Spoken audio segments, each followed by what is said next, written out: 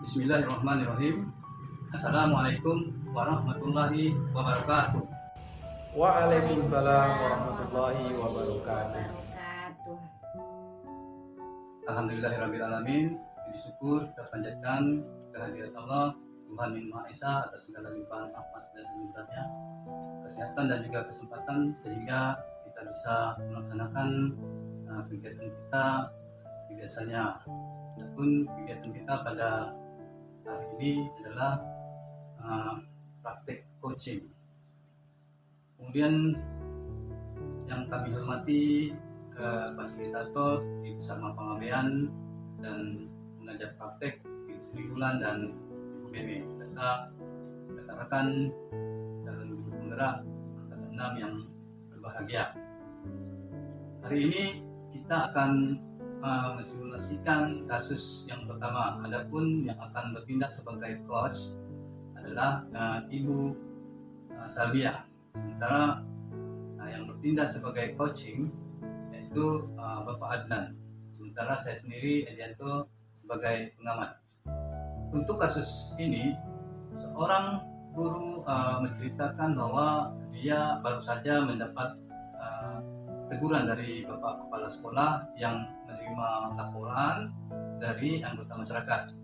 Masyarakat yang melaporkan dirinya kepada Kepala Sekolah itu tampaknya keberatan jika guru tersebut menghukum anak yang tidak mengikuti sholat zuhur berjamaah di musola sekolah dengan hukuman dari mengelilingi atau berlari 10 putaran tanpa stop. Guru tersebut menghukum dengan cara demikian bermaksud agar anak itu sadar akan perintah agama. Ketika diingatkan oleh anggota masyarakat, guru tersebut menyampaikan jika ia tetap akan menghukum para peserta didik yang tidak mengikuti sholat zuhur berjamaah di sekolah. Masyarakat tersebut tampaknya merasa tidak puas dengan ucapan beliau dan melaporkan hal itu kepada kepala sekolah. Bagaimana menyikapinya? Mari kita bersama-sama menyimak proses coaching. Assalamualaikum Bu Salbia. Boleh saya minta waktu Ibu sebentar? Saya mau bercerita tentang apa yang saya alami tadi ketika mendapat teguran dari warga yang juga merupakan wali murid. Waalaikumsalam Pak Adnan. Oh boleh Pak, boleh. Gimana itu Pak? Begini Bu Salbia, saya baru saja mendapat teguran nih dari kepala sekolah yang menerima laporan dari warga yang juga merupakan wali murid tentang cara saya menghukum peserta didik yang tidak melaksanakan sholat zuhur berjamaah. Warga tersebut tampak keberatan ketika saya memberi hukuman lari lapangan 10 kali putaran. Saya memberi hukuman kepada murid agar paham dan sadar pentingnya sholat berjamaah bagi agama Islam loh Bu. Ketika diingatkan oleh seorang warga atau wali murid tersebut, saya menyampaikannya bahwa saya tetap memberi hukuman kepada peserta didik yang tidak sholat untuk melakukan lari lapangan sebanyak 10 kali putaran. Masyarakat tersebut atau wali murid tersebut tampak merasa tidak puas dengan ucapan saya dan melaporkan hal ini kepada kepala sekolah. Oh begitu ya Pak.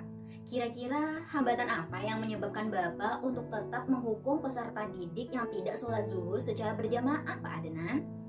Begini loh Bu Salbia, saya tetap memberi hukuman tersebut agar peserta didik sadar akan pentingnya arti disiplin dan pentingnya sholat berjamaah bagi umat Islam. Kan dosa Bu kalau tidak melaksanakan sholat tersebut.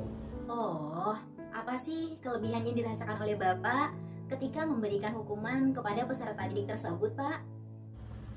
Saya merasa lebih dimudahkan saja Bu, karena dengan hukuman tersebut anak-anak merasa takut dan tahu bahwa kita sebagai umat muslim harus sholat berjamaah. Dengan cara tersebut maka anak-anak akan sholat tepat waktu. Iya benar Pak. Kalau saya boleh tahu nih Pak, dengan membuat peserta didik tersebut merasa takut, apakah hal tersebut baik untuk jiwanya Pak? Sebenarnya tidak sih Bu, justru hal tersebut akan membuat mereka merasa tertekan dan semakin berontak. Karena masih ada beberapa peserta didik yang tidak mengikuti sholat zuhur berjamaah. Oh begitu.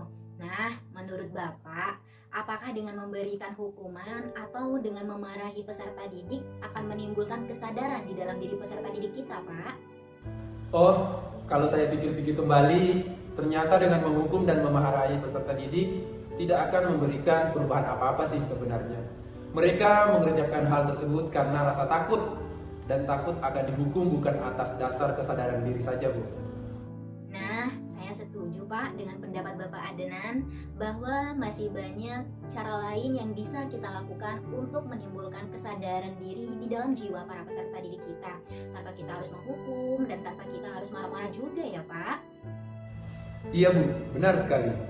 Jadi, menurut Bapak Adenan, apa sih rencana yang akan Bapak lakukan untuk menyelesaikan masalah ini Pak? Begini Bu, saya ada rencana.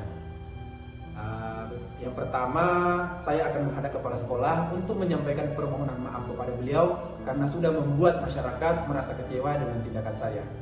Kemudian yang kedua, kalau memang memungkinkan, saya ingin bertemu langsung dengan masyarakat tersebut atau wali murid tersebut agar masalah ini cepat selesai dan tidak berkepanjangan.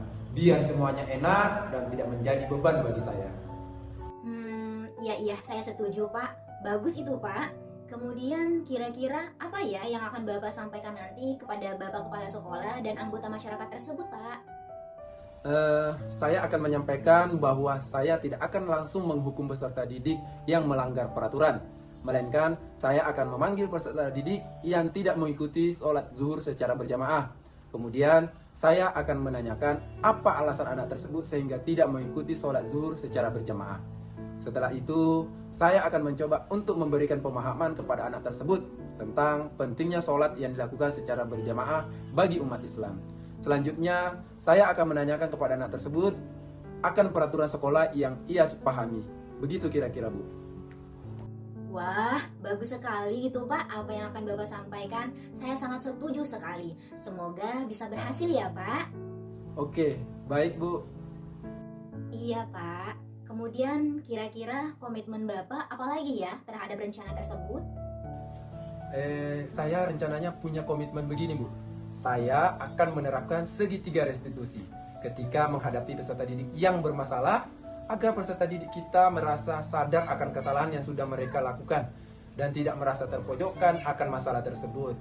Sehingga murid-murid saya merasa nyaman dan senang ketika berada di lingkungan sekolah maupun berada di lingkungan luar, tanpa unsur paksaan apapun ketika mereka mentaati semua peraturan sekolah, Bu. Wah, bagus sekali itu Pak. Saya sangat setuju dan sangat mendukung komitmen yang akan Bapak lakukan. Mudah-mudahan semuanya berjalan lancar ya Pak, sesuai dengan harapan Bapak. Amin. Iya, baik Bu. Amin Pak. Kira-kira Pak, siapa nih yang bisa membantu dan mendukung Bapak untuk mewujudkan komitmen Bapak ke depannya Pak? Insya Allah saya akan mendiskusikan hal ini kepada Bapak Kepala Sekolah, dan saya akan berkolaborasi dengan rekan-rekan guru yang ada di sekolah untuk membicarakan semua masalah peserta didik kita, Bu. Wah, luar biasa, bagus sekali Pak. Saya sangat setuju dengan keputusan yang telah Bapak buat. Baik Bu Salvia, terima kasih atas waktunya ya Bu. Saya merasa sangat lega sekarang dan tidak merasa ada lagi beban berat yang saya pikul seperti tadi. Memang Ibu Salvia yang paling baik. Insya Allah saya bisa menjadi pribadi yang lebih baik lagi ke depannya bagi peserta didik. Sama-sama Bapak Adenan, tetap semangat ya Pak. Baik Bu, saya pamit ya Bu. Assalamualaikum. Waalaikumsalam Bapak Adenan. Bapak Ibu yang kami hormati, demikianlah simulasi kasus 1 antara coach dan coachee pada proses coaching terkait dengan situasi yang kita gambarkan tadi. Kemudian dalam kasus 1 ini, langkah-langkah yang sudah dilakukan dalam model Tirta sudah dilakukan dengan cukup baik.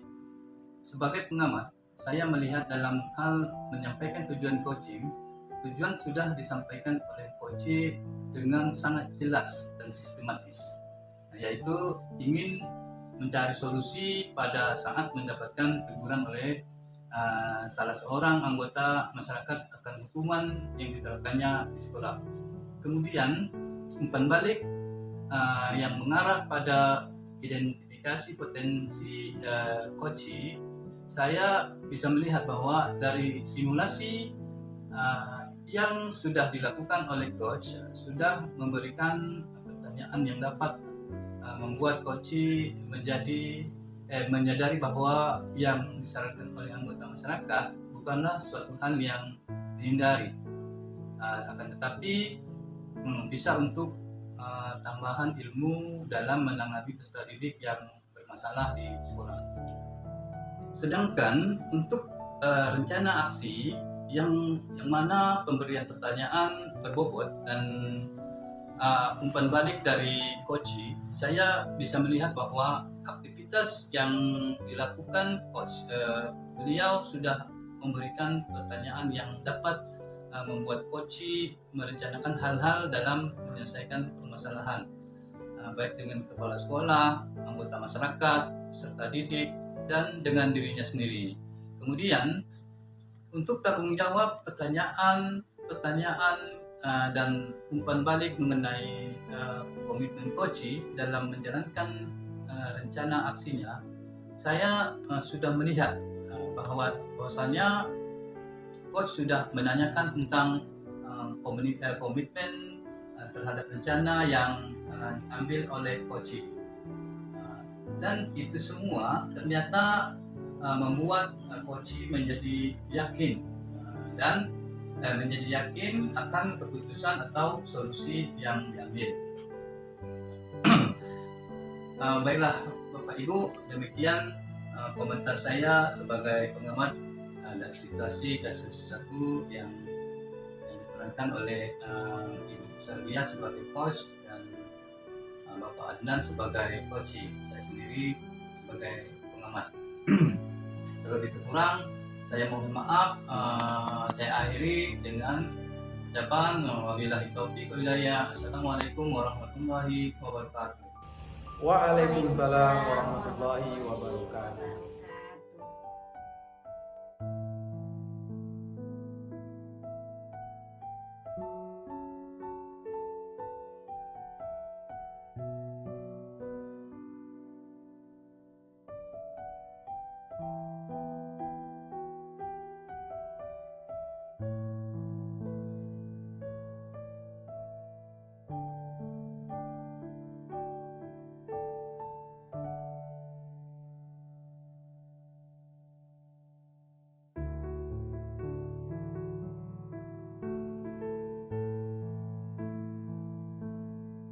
Assalamualaikum warahmatullahi wabarakatuh. Waalaikumsalam warahmatullahi wabarakatuh. Yang kita hormati fasilitator kita Ibu Salma Panggabean dan pengajar praktik Ibu Sri Wulan, serta yang saya muliakan Bapak Ibu calon guru penggerak. Hari ini kita akan mensimulasikan kasus yang kedua, yaitu yang akan bertindak sebagai coach adalah Bapak Edi, perannya sebagai guru, dan coachingnya yaitu Ibu Salvia, perannya sebagai murid, serta pengamatnya saya sendiri Adnan Anwar. Untuk kasus ini, seorang peserta didik akan bercerita jika dia merasa diperlakukan tidak adil oleh seorang guru di kelas.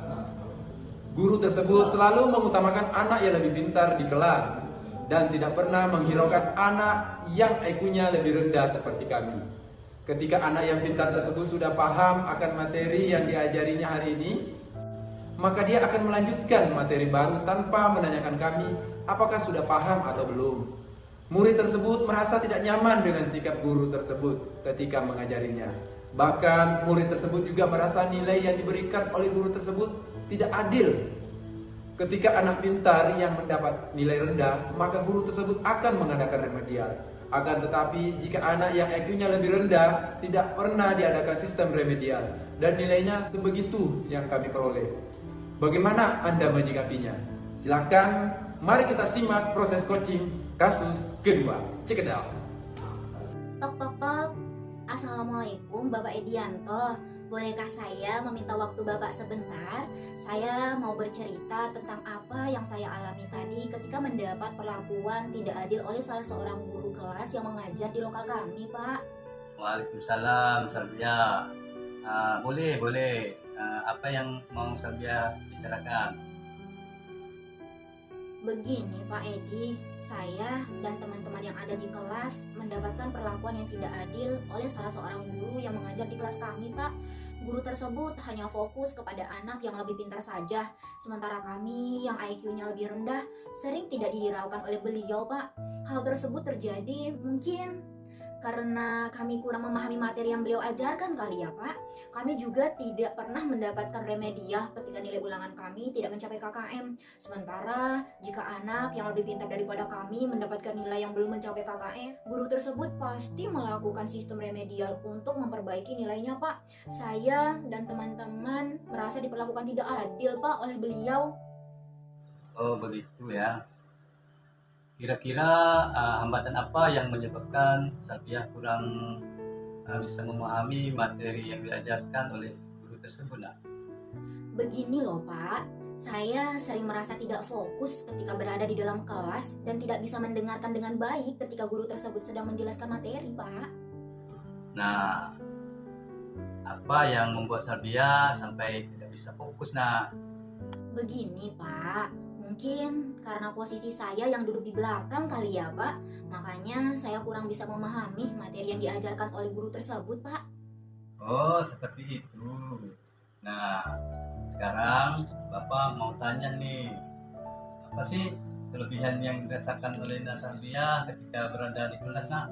Kelebihan yang saya rasakan, saya merasa diri saya merupakan sosok yang bisa berkolaborasi atau bekerja sama dengan baik bersama teman-teman di kelas, Pak. Iya, iya.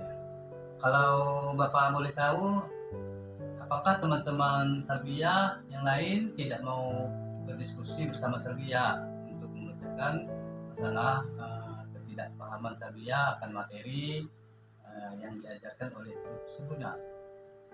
Sebenarnya tidak sih Pak, justru teman-teman saya yang ada di dalam kelas suka kalau saya mengajak mereka untuk berdiskusi dan bekerja sama dalam memecahkan berbagai masalah yang kami hadapi Pak. Oh begitu. Sekarang menurut Salbiah nih, apakah dengan berdiskusi dengan teman-teman yang lain itu akan membuat nilai Salbiah jelek atau membuat Salbiah semakin tidak memahami yang diajarkan oleh tersebut? Nak? Oh, kalau saya pikir-pikir kembali, ternyata dengan berdiskusi bersama teman-teman yang sudah memahami materi tersebut akan membantu saya untuk memahami materi itu juga kan Pak. Dan ketika saya sudah paham akan materi tersebut, nilai saya pasti tidak jelek lagi kan Pak. Nah, Bapak setuju sekali dengan pendapat Salbiah bahwa masih banyak cara lain yang bisa kita lakukan untuk memahami materi yang diajarkan oleh guru. Bukan begitu, Nak? Iya Pak, benar sekali. Jadi, menurut Nak Salbiah, apa sih rencana yang Nak Salbiah lakukan untuk menyelesaikan masalah ini? Begini Pak, saya ada rencana. Yang pertama, yaitu saya akan mengangkat tangan untuk bertanya apabila materi yang diajarkan oleh beliau belum saya pahami. Kemudian setiap diberikan latihan atau tugas, saya akan berdiskusi bersama teman-teman yang lain agar saya lebih memahami materi yang diajarkan oleh guru tersebut Pak. Iya, iya. Bapak sangat setuju. Bagus itu, Nak. Kemudian kira-kira apa ya yang akan Nak Salbiah sampaikan nanti kepada guru tersebut? Saya akan meminta izin kepada guru tersebut agar setiap mata pelajaran yang beliau ajarkan saya bisa duduk di depan sehingga saya lebih mudah untuk mendengar penjelasan materi yang beliau sampaikan Pak.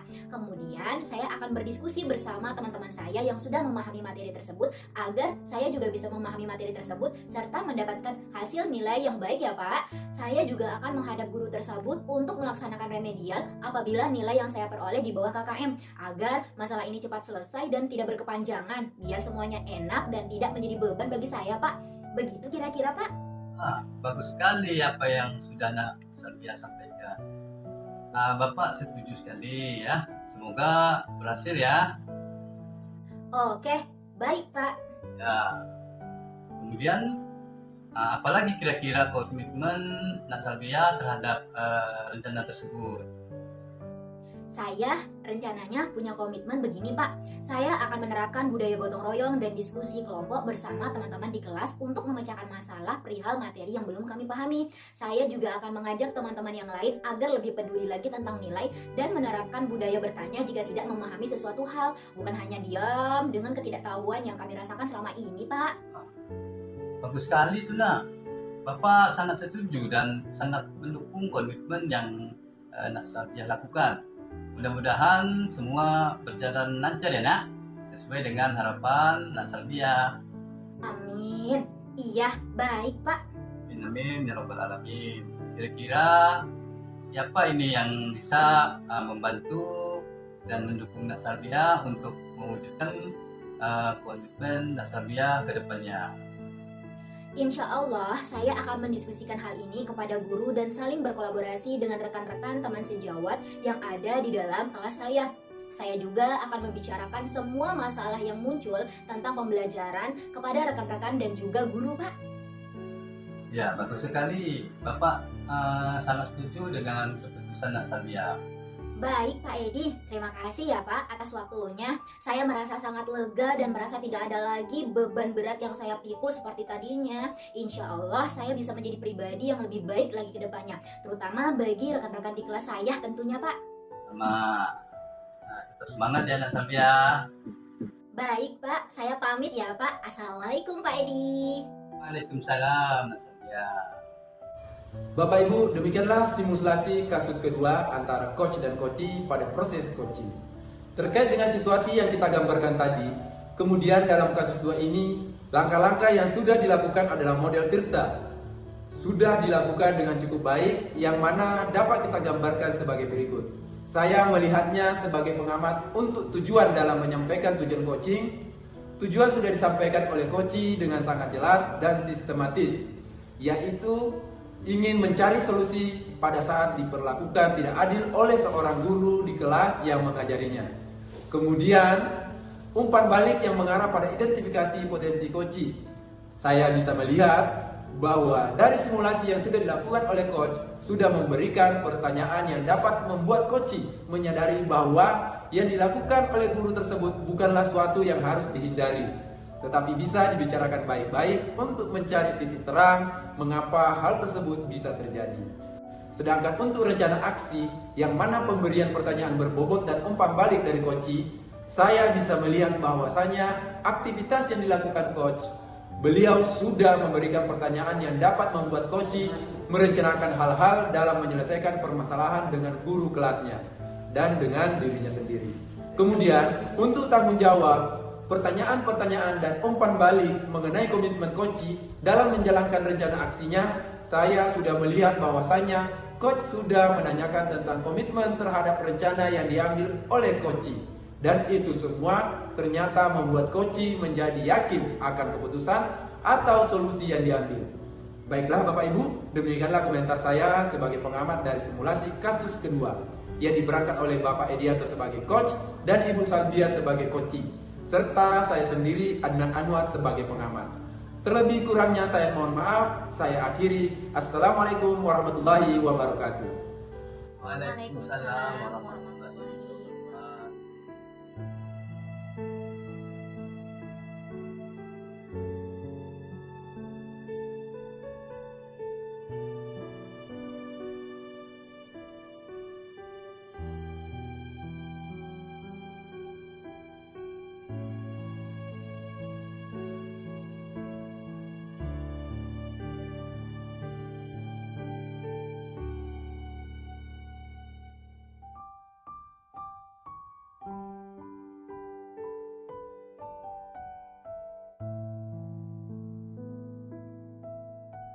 Assalamualaikum warahmatullahi wabarakatuh. Waalaikumsalam warahmatullahi wabarakatuh. Yang kami hormati fasilitator kami yang bernama Ibu Sarma Panggabean dan pengajar praktik kami yang bernama Ibu Sri Bulan SPD, serta yang saya muliakan Bapak Ibu calon guru penggerak. Hari ini kita akan mensimulasikan kasus yang ketiga, yaitu yang akan bertindak sebagai coach, yaitu Bapak Adnan Anwar SPD, perannya sebagai guru, dan coachnya yaitu Bapak Edianto SE, perannya sebagai rekan guru, serta pengamatnya yaitu saya sendiri yang bernama Ibu Salbia SPD. Untuk kasus hari ini, rekan Anda bercerita jika dia baru saja mendapatkan teguran dari Bapak Kepala Sekolah. Beliau menerima laporan dari pengawas sekolah yang melakukan supervisi saat dia mengajar. Kemudian, pengawas sekolah yang melakukan supervisi tampaknya keberatan ketika rekan Anda mengajar tanpa buku teks. Rekan Anda mengajar dengan memanfaatkan sumber-sumber belajar lainnya. Ketika diingatkan oleh pengawas tersebut, rekan Anda menyampaikan jika ia tetap mengacu pada kurikulum walaupun tidak menggunakan buku teks. Pengawas tersebut tampaknya tersinggung dan memberikan laporan tentang hal itu kepada Bapak Kepala Sekolah. Bagaimana Anda menyikapinya? Silakan mari kita simak proses coaching kasus ketiga. Assalamualaikum Pak Adnan. Boleh saya minta waktunya sebentar? Saya mau sharing sedikit Pak tentang apa yang saya alami tadi ketika pelaksanaan supervisi yang dilakukan oleh pengawas. Waalaikumsalam. Boleh Pak Edi, boleh. Gimana supervisi yang dilaksanakan pengawas tadi Pak? Lancar? Begini Pak Adnan, saya baru saja mendapat teguran nih dari Bapak Kepala Sekolah kita. Beliau menerima laporan dari pengawas sekolah yang melakukan supervisi saat saya mengajar tadi Pak. Pengawas sekolah yang melakukan supervisi tadi tampaknya keberatan ketika saya mengajar tanpa menggunakan buku teks. Saya mengajar dengan memanfaatkan sumber lain loh Pak. Sebenarnya ketika diingatkan pengawas tersebut, saya menyampaikan kepada beliau bahwa saya tetap mengacu pada kurikulum meskipun tidak menggunakan buku teks. Tetapi pengawas tersebut tampaknya tersinggung Pak dan memberi laporan tentang hal ini kepada Bapak Kepala Sekolah kita. Itu Pak. Oh begitu ya Pak. Kira-kira apa hambatan yang menyebabkan Pak Edi tidak menggunakan buku teks? Begini loh Pak Adnan, saya sudah terbiasa mengajar dengan cara tersebut dan materi yang saya ajarkan memang sudah saya kuasai itu Pak. Oh, apa sih kelebihan yang dirasakan oleh Pak Edi saat tidak menggunakan buku teks? Saya merasa lebih bebas dan tidak perlu berkali-kali membuka buku dalam menyampaikan materi. Dan hal tersebut merupakan implementasi dari Merdeka Belajar. Begitu menurut saya Pak. Iya benar Pak. Kalau saya boleh tahu nih, pada saat mengajar, Bapak menggunakan sumber belajar apa aja sih? Saya biasanya menggunakan sumber belajar dari internet seperti video pembelajaran dari YouTube, artikel dunia maupun dari budaya dan kearifan lokal gitu Pak. Bagus itu Pak.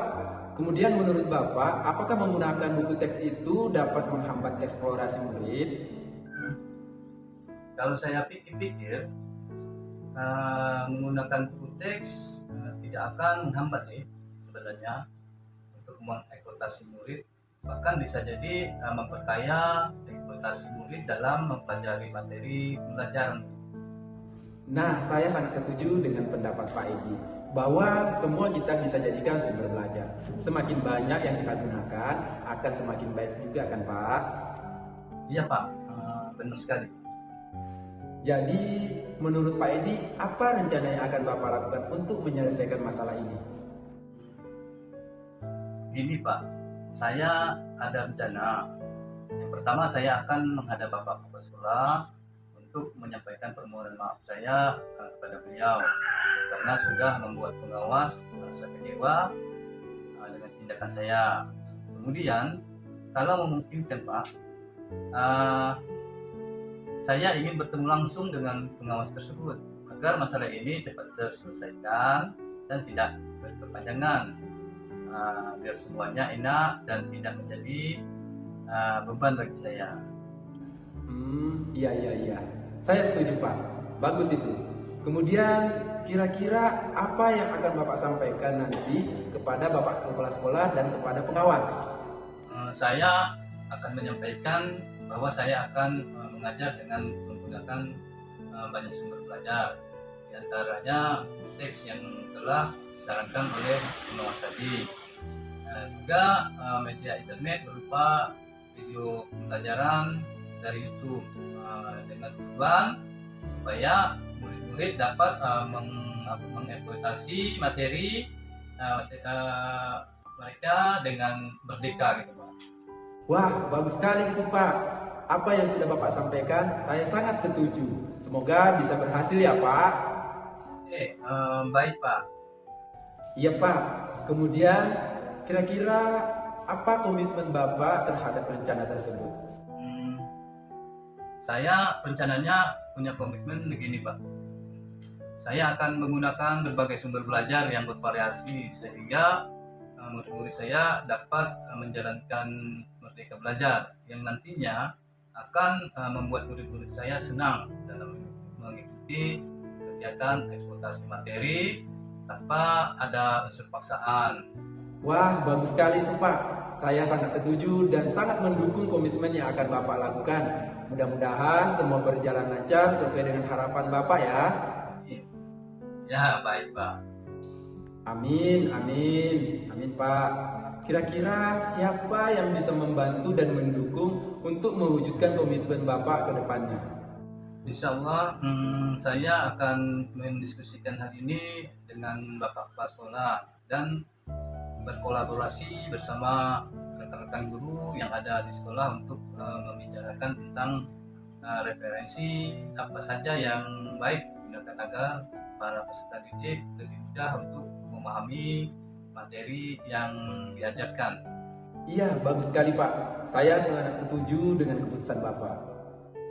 Baik Pak Adnan, terima kasih atas waktunya ya Pak. Saya merasa sangat lega dan merasa tidak ada lagi beban berat yang saya pikul seperti tadi. Insya Allah saya bisa menjadi pribadi yang lebih baik kedepannya bagi peserta didik saya tentunya. Sama-sama Pak Edi, tetap semangat ya Pak. Baik Pak, saya pamit dulu ya Pak. Assalamualaikum. Waalaikumsalam Pak Edi.